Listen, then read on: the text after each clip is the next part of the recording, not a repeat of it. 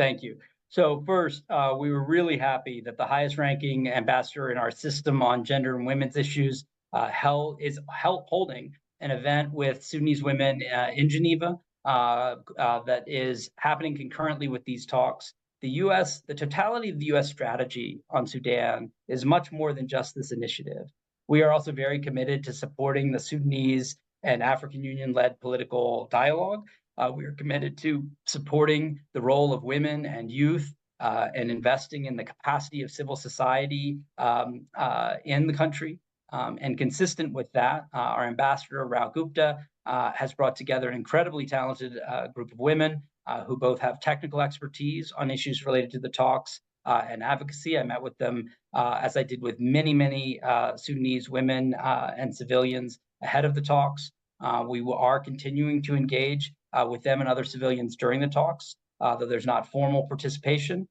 This is an ongoing dialogue with the Sudanese people that informs our strategies and priorities, as well as, of course, having the local knowledge of things where many solutions come from the people, much more than they're going to come from us. But we can help put some international and diplomatic pressure behind that. So that's a core value in US foreign policy. And certainly the Biden-Harris administration has put a huge emphasis on our engagement and support of Sudanese women as part of this strategy. They will be the first to tell you they don't claim to represent or speak for all women, but they do bring important voices into the room. And we all know that while all the Sudanese people have suffered, certainly women and girls have borne so much of that suffering and continue to. And it's important for us to remember as we prioritize issues that can be worked in the broad breadth of the Jeddah Declaration implementation. Hearing from the people helps us understand their solutions we may not have seen and the priorities that are felt most on the grassroots level. And that comes to your last point. Our message is, we have heard you. The message has been clear. You want to see greater action on the issues of silencing the guns, getting food and medicine to people, and protecting civilians. That is part of a longer-term effort